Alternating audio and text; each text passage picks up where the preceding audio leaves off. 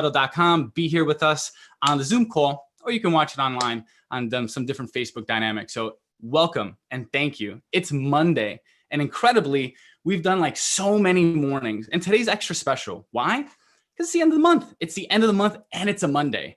Can anything be any more magical than that? We've had a weekend. We've had a month. August is done. Let's let that land for a second.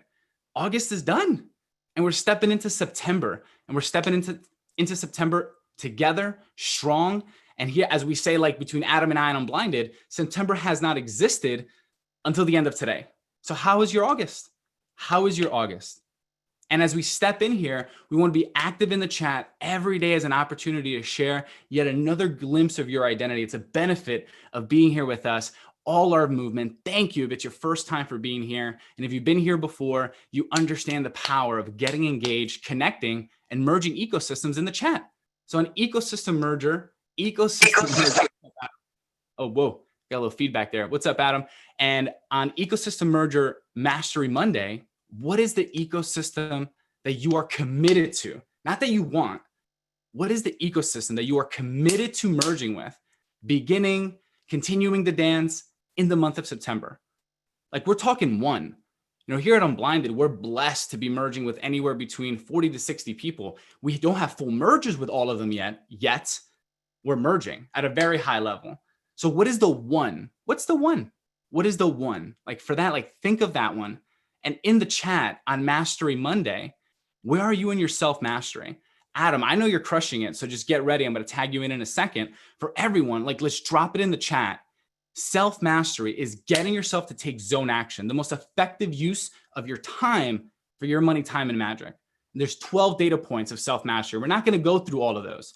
Some of them are like journaling. Some of them are beliefs, values, music, physiology, focus, content. These are all data points within self-mastery. A lot of us would put self-mastery and personal development in similar buckets. What's the one?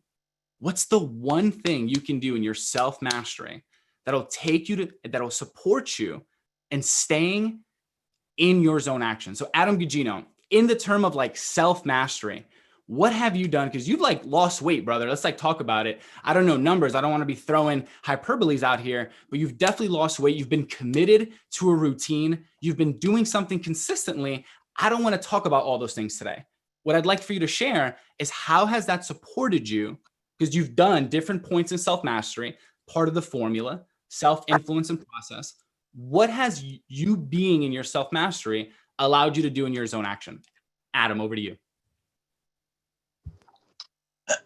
Well, it has been an accumulation of things that I've been doing, yet the main way for me to be able to make my decisions is just the avoidance of pain and moving towards pleasure, which is clearly defined in Awaken the Giant Within, which is part of my ritual every single night to read 10 pages from the 75 Hard, which has been Awaken the Giant from within. And just associating pain and pleasure to the things that I want to either avoid or move towards has absolutely been, one of the main ways for me to make the right choices in the refrigerator, as well as make the right choices on picking up the phone and just staying in zone action. I can't hear you. Fernando, I lost you. I'm here. All good, brother. Where in self-mastery has it like taught you how to have stylish eyewear? Is that like in the formula as well? No, I'm just kidding. I'm just like messing with my man. He doesn't have a sweatband on today, but he does have stylish sunglasses. Hold on. Stay there. Calling him out. To step into the chat, Jay Levine, I love something that you wrote in there. I just want to scroll up here. Jay Levine said, I need to work on self-mastery. That right there, that's a big. All right. Go ahead. Awesome. You can still hear me out there, Adam? Yes. Yeah. So in self-mastery, Jay, when you talk about stepping into your vulnerability, that's powerful, my brother. Thank you. That alone is vulnerable, for you to share that you are consciously aware, you are working intentionally on your vulnerability. That's powerful. So thank you for that share. So that's what it looks like when you're sharing in the chat. Like, that's a new prism of Jay. Like, I didn't know Jay was actively doing that. I know he's risen in his mastery greatly. I didn't know he was in a subsection that was like the working of vulnerability, which is really the variance of energies, brother. It's really the variance of energies. This shows up in self-mastery, which your ability to convey it, have it and be it. It's in your variance where you can display it. And it truly comes out in your influence mastery. So thank you, Jay Levine, for putting that in here. That's awesome. Great. So I'm just reading a note here from Unblinded. So that's what it looks like, in the world of self-mastery. So let's see, as we see a few others.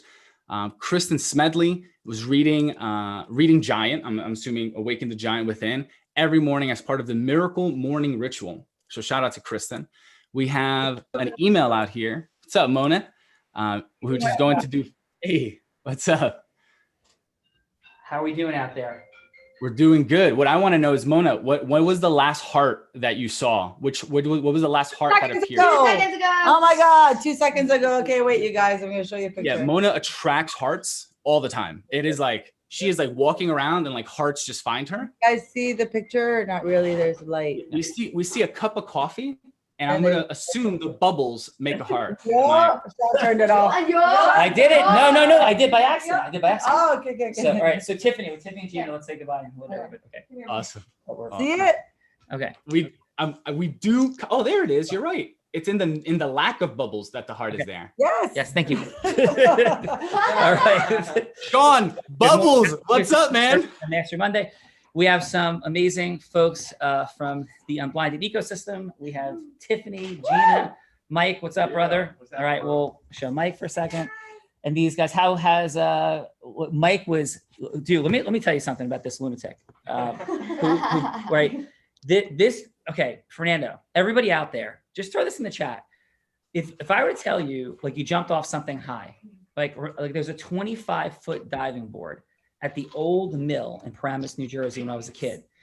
And I thought I was, pretty crazy, because when I was 8 years old, I dove off of the high dive at the old mill at 25 feet, right? And that was not something a lot of people are doing. So I thought that was pretty crazy and unbelievable, right? I thought that until last night, right? Until I started talking to Mike. So what would you say out there in the chat would be a crazy high thing to jump off of or dive off of? Like, did you jump off of? Like, what would be like, wait, what? Like what would be super high right now? And like, let's have optics on, like, people, jump off of bridges and things and, create self-harm, and yeah, like, so we're talking like something that people would do intentionally to survive, right? So Fernando, what is the amount of feet that you'd be like what? Like, what's the height?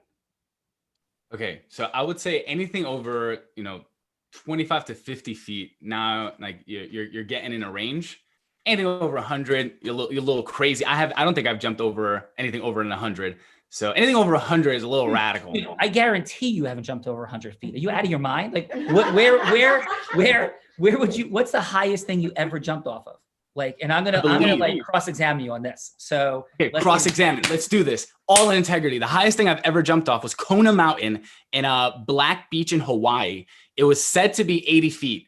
And it was so high that I had enough time in the air to ask myself, or to say, holy S, I can't believe I'm still falling. Right. So it was so let's fact check, Mona. See how high Kona Cliff is in Hawaii. How many feet up? Yes. You're jumping off, right? So let's do it. So what was the impact on your body when you landed? It was in water, so soothing, yet like release of fear. I was scared the whole way down. You hit water from 80 feet and was soothing, the impact? Soothing. That's the impact from jumping 80 feet, Mike, soothing? It can be pretty hard. So, and did you cross your legs? Did you have your hands up? No, I always do straight pencil. Like I'm like a pencil in. Yeah. That would be good. All right. Yeah. So while we're fact checking the height, Mike jumped off of something that was 120 feet high. What? 120 feet high. He hiked, and the dude, right? He hiked it. Now, after he lost his sight, he hiked the Arizona Trail. Like, this is about mastery. How many miles is the Arizona Trail? 807. 807 miles. To the roughest part of Arizona. The roughest part about, and what were your feet like when you're done? They looked like mutant feet. I actually had like hooves almost. Oh, mutant feet. That's wild. Yeah. They bronzed Yeah. my boots too. Yeah. And so this dude, right, and the amazing Tiffany, right, they were this weekend boogie boarding and surfing. So Yeah. Tiffany, you caught a wave, right? I wave, yes, all the way. Yeah. No joke. Tiffany was out at least 70 yards out in the ocean.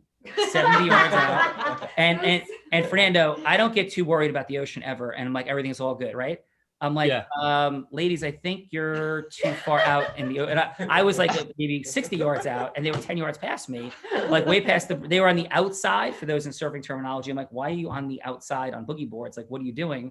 And I'm seeing like, jaws come up out of the depths and like eat Tiffany. I'm like, it is not good for Unblinded to have sharks eating blind people. Like, would you agree that would be not a good none of this. Like, None of this. Unblinded, Yes. everybody out there, Unblinded doesn't win if sharks are eating the blind people. Right? Like, we're not winning. Right? Like, we're not winning.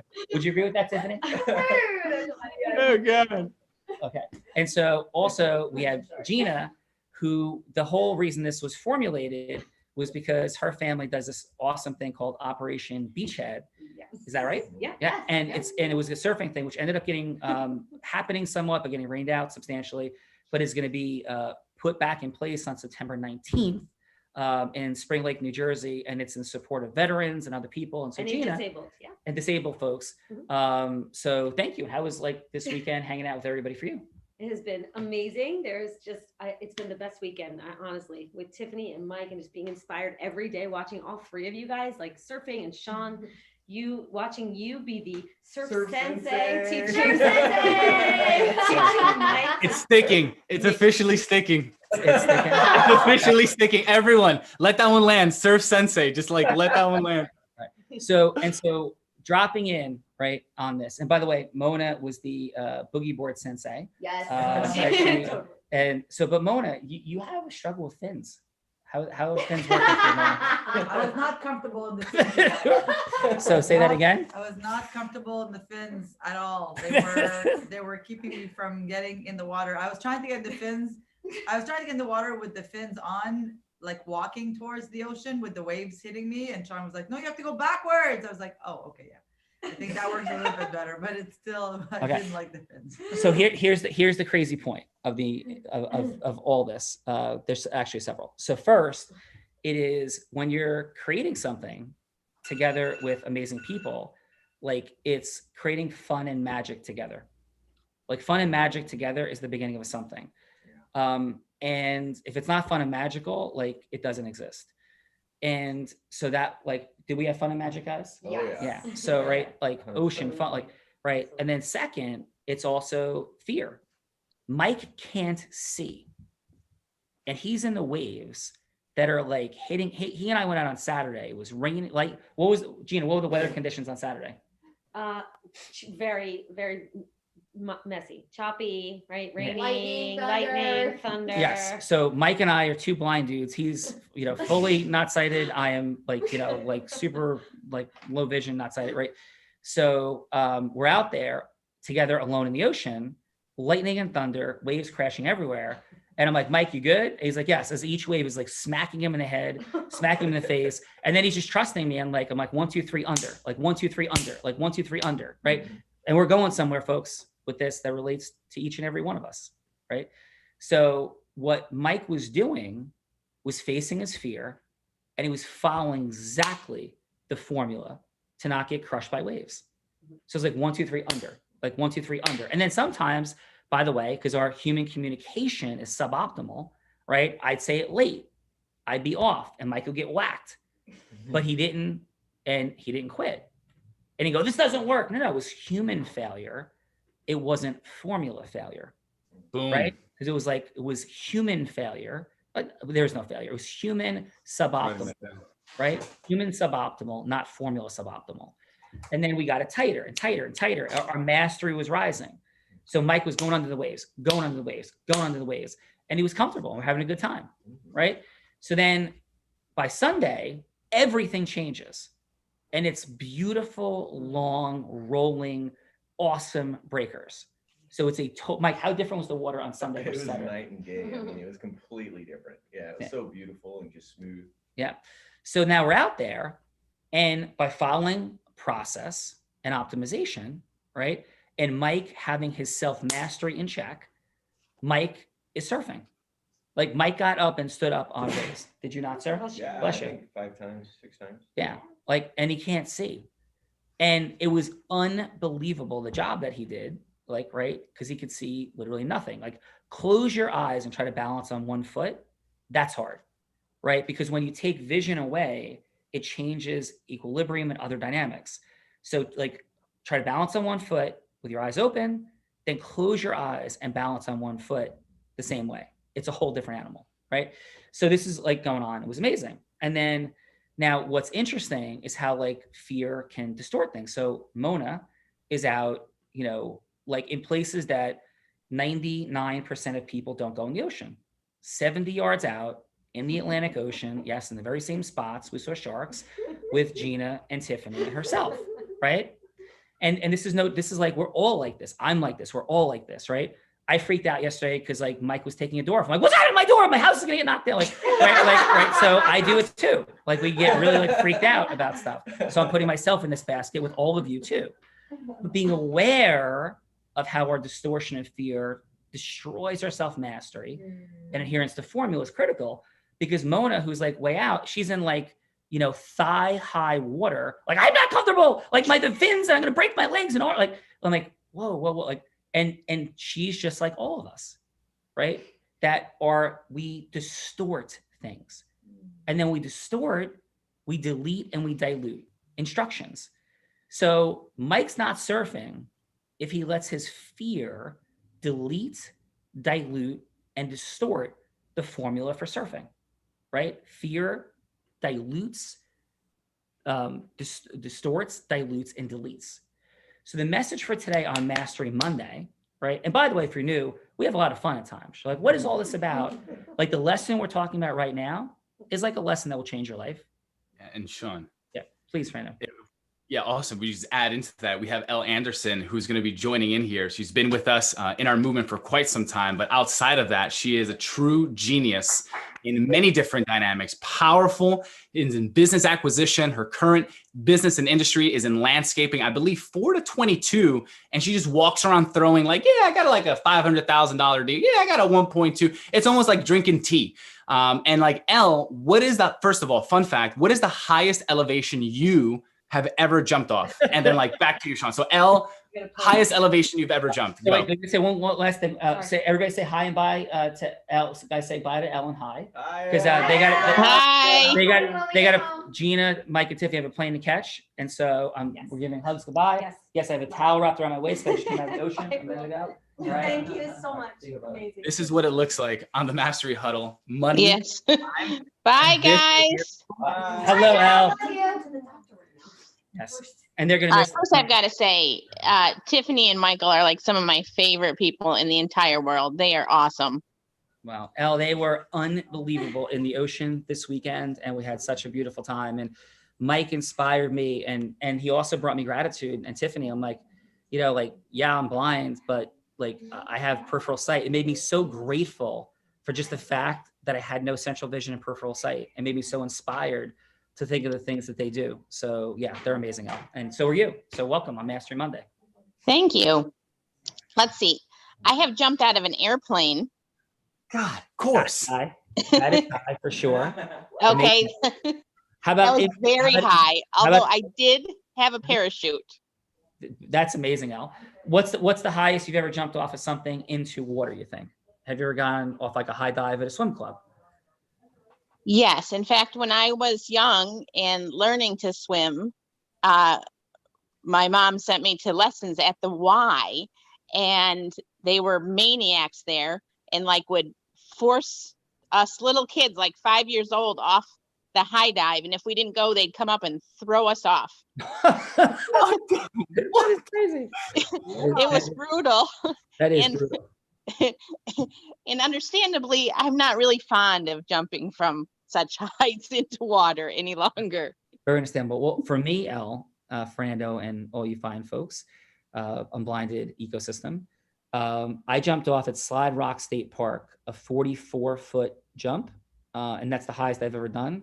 And let me tell you, 44 feet, as Fernando was mentioning, you have time to be like 1, 2, 3, boom. And at 44 feet, the shock wave that hit my body was extraordinary. So Fernando, brother, if you did 80, that like I'd be talking about you this morning and not Mike. 80 is unbelievable because it compounds. The speed, the pressure, the force grows exponentially as you go higher. So it's not double the impact from 80 to 44 feet. It's even more, right? I don't know for our math majors out there. Yes, everybody, I do understand gravity. So I'm not talking about that gravity goes by weight, but you have more time to speed up. And yes, you eventually hit a max speed. And maybe by 80 feet, you hit your max speed. I'm not sure, but my hallucination would be you don't. And I would think you hit the water going faster from 120 than 80. Yeah, I'm pretty sure that that's true. So that speed differential creates even more impact. So yeah, this is like craziness. 120 feet is insane, Elle. But jumping out of an airplane is pretty insane as well. And so yes, all that funness. What do you think about this mastery conversation though, about fear and distortion? Like you've had to master your fear, right? And rise in self-mastery to super high levels to build what you built, Elle. And what say you about that? Yes, I mean, it's not much different from doing something physically scary to, making the calls that you don't want to make. So I'll stick to making the calls though. But, one of the things that I do is I'll just put it on my calendar. And so, I'm like a slave to my calendar. If it's on my calendar, I'm doing it. So I put it on there. So it's booked in, and it just kind of forces me to like, okay, let me just get this over with. Yeah. And for Elle, I'm imagining it's because you link massive pain to not following your calendar. You just realize that if you don't follow your calendar, your outcomes, your time blocking, that you're going to end up not producing the outcomes you want. And that is a far more painful and unacceptable outcome, right, for you because you're present to it than if you go through the pain of following your calendar. Is that a fair encapsulation? Yes, but even more so for me, it's the pain of not doing it. If I see it on my calendar and I don't do it, then it's like, by the end of the day, like if I don't do it, by the end of the day, like the weight is so heavy, it's like way worse than anything that could happen if I just did it. So just the guilt I feel of not doing it, that burden gets so large. I just like, I'm doing it. Yeah, extraordinary. So awesome, Elle. So like you're crushing, and we're all, growing, right? Accelerating. What are you most proud of right now that you're creating? Most proud? We're creating, kind of a world-class team down here. So I'm really proud of the team. I'm seeing how they're rising in their mastery and, stepping up and handling, more and, creating new systems to allow us to be able to handle more work. And I'm really proud of my team. No, awesome. And vision going forward, like what lights you up, what excites you, and how does that fit into the world of Unblinded? I want to see we probably have about 5 more team members that want to buy their first houses. So that really lights me up. I want to have the best landscaping company. I want to have the best culture, and to see the people, inputting, what they think is going to help and trying things out is really because, landscaping industry has a massive turnover rate. Huge. Awesome. All right. And for folks, like, what are you doing here in Unblinded? Like, why are you here? Why are you hanging out? Like, yeah, like what's here for you? Well, I love the formula. I mean, to me, really, I'm a scientist at heart. So having a formula that I can always fall back on and I can hear if I ever get out of the formula, I literally hear Fernando in my head yelling at me, stay in the formula. Don't step into their frame. Stay in the formula. That is awesome. That is and so, Elle, And oh, please, no, you go ahead. Go ahead. so, I mean, for me, it's really, opened up a lot of doors. It's created a lot of opportunity for me. And, I've learned a lot. And I think that even though I was successful, in a lot of ways, I was hiding. And, to have you, Sean, keep pushing me to not hide and to, keep doing things that create more exposure and more people coming to me, like, still uncomfortable. But it's really been very rewarding. Now I have, maybe our last 3 clients have come to us, and that, that is a great feeling. That is amazing, Elle. Super happy for you and proud of you. And if I were to say this, as a scientist and as somebody who is tremendously optimal in process mastery, like yourself, it's interesting to me, and this is going to be a very common theme going forward, and this is going to be part of the book, right? The Unblinded book, that folks will be like, oh, I get it. Like they came up with some cool language and cool words, and yeah, like that's neat, and like it's like a branding thing, right? And if my response to that was like, yeah, that's like saying when the carnival, like when Walt Disney sat down with the people at the sat down with people to design Disney World, and they're like, yeah, like, well, I get it. You're building like a carnival, like it'll have rides, it'll have cotton candy, it'll have families, and it's like no, like it's something that's an innovation multiple levels below, like what'll be created, and it's framed on this concept that everything, and write this down, folks, like this is the bomb for today. I'm going to pick up with it tomorrow,